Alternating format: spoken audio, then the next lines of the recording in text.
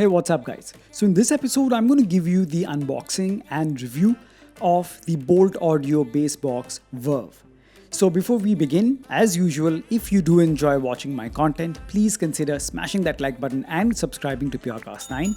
And after watching this review, if you do decide to pick up the Boult Audio BassBox Verve Bluetooth speaker, then kindly do so by using the link given of the speaker in the description below to make your purchase. I promise you it's not going to cost you anything extra, but you guys will be indirectly helping me run this channel and produce more such quality and helpful content just for you guys. Alright, so it comes with this simple packaging, and inside you get the manual, the micro USB charging cable, the 3.5mm to 3.5mm jack or the aux cable, and of course you get the BassBox Verve speaker itself.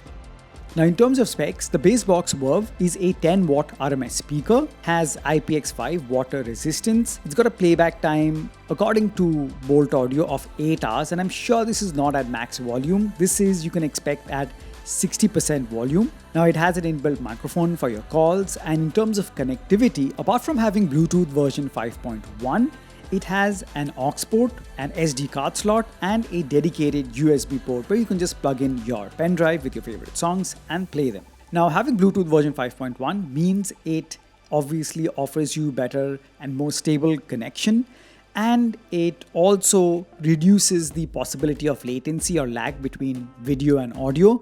And in my testing, I found that there was actually no real latency or lag, at least when watching videos. I don't know for gaming, maybe for gamers it might be something different, but in terms of just watching movies or any videos, there was almost, or rather no latency or lag between video and audio. Now in terms of the build of this speaker, it is rather simple. It's got fabric all around, and in the front part you have these rather large plus and minus signs, which is for the volume. On top you have a matte rubber finish, and this houses your various connectivity option ports, and it has the usual multifunction control buttons. At the bottom you have a single passive bass radiator, and in the front where you have these volume buttons is where it houses the two drivers that produce all the sound. Alright, so now let's get into the main thing that should compel you to either buy or rather refrain from buying this speaker, which is the sound quality. It's a Bluetooth speaker, so ultimately the sound quality is the one that should sell it. Now, you know, if you're an existing viewer, I don't just say good sound or bad sound. I delve deeper and tell you that any sound that you hear in movies or music is broadly made up of 3 frequencies: highs, mids, and lows. Highs, where the really sharp sounding instruments are; mids, where the vocals lie, making up for rather the body of the music; and the lows or the bass. Starting off with the highs, this speaker produces highs in a very okay manner. You won't be blown away. It's not something which is really sharp and very loud. So the highs are just about there, but it'll keep you or leave you wanting for a bit more. So the good thing is, even at max volume, I did not experience any sort of crackling or distortion, but I would have really preferred the highs to be a bit more audible, to be a bit more upfront, and be separate from the mids and the lows. It's not that they really eat them up, but because the highs are not really the sharpest that I've heard, so that is where I feel that it could have been a bit more audible and sharper and richer. Now coming to the vocals, again, vocals or the mid frequencies aren't bad, but at best I would say they sound average. So they're not the sharpest, they're not the most upfront and bright vocals with natural warmth. And again, like the highs, it does leave you wanting for more. So highs and mids, really, it's average. Now talking about the bass, it has a bass radiator at the bottom and it does a lot of movement, and again, this bass radiator just produces enough bass to let you know that it has a bass radiator. It's nothing that's going to really blow you away. It's not something where you're going to really feel the punchy bass. It's rather weak and definitely not meant for bass heads. But having said that, if you want a speaker that produces all 3 frequencies in a rather okay-ish manner, average at best, and something that you're going to use for light listening, for personal listening sessions, and it's going to be by your bedside or really very near to you, and you just want to listen to maybe a podcast or some interviews, or even for light music listening, this is okay. But if you're watching movies and there's a lot of sound dynamics going on there, you're going to be left wanting for more. It's not going to give you that real punch, that excitement that comes with the music or the sounds. So if it's an action movie you're watching, and if there is a lot of gunshots and explosions, it's not going to do it justice. It has a very weak sound. And being a 10 watt speaker, I was surprised it's really not that loud.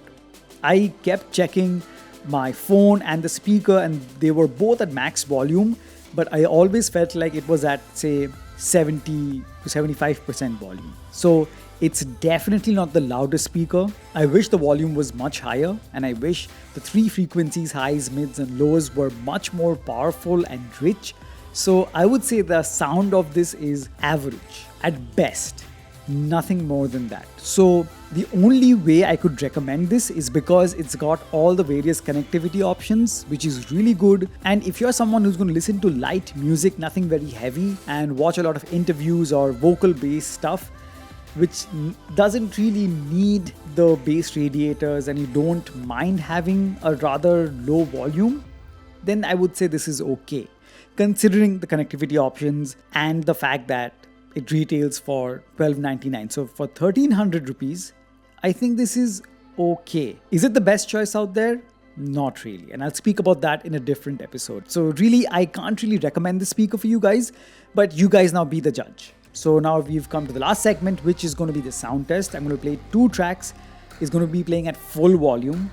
So you guys listen, let me know what you think in the comment section below. And very soon I'm going to come back with a comparison of this speaker with something else, and you wouldn't want to miss that. Anyway guys, that's been my review. I hope you've enjoyed it and found it helpful. If you have, smash that like button, subscribe to PRcast 9, and if the speaker still suits your purpose, it could, it's subjective. My only request is, like I said, please use the link given of the speaker in the description below to make your purchase.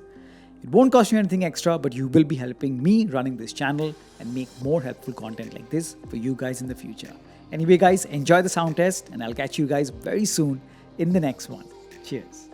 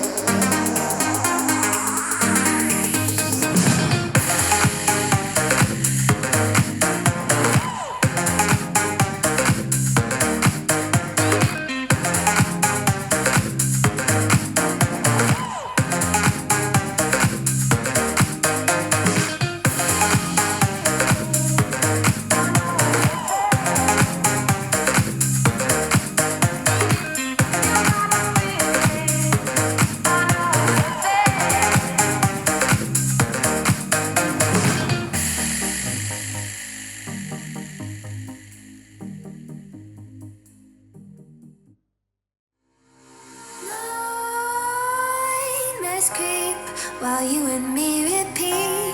This bittersweet heat is suffocating. I'm waiting and always hesitating. Kryptonite desires set my heart afire. Heart on fire. Set my heart afire.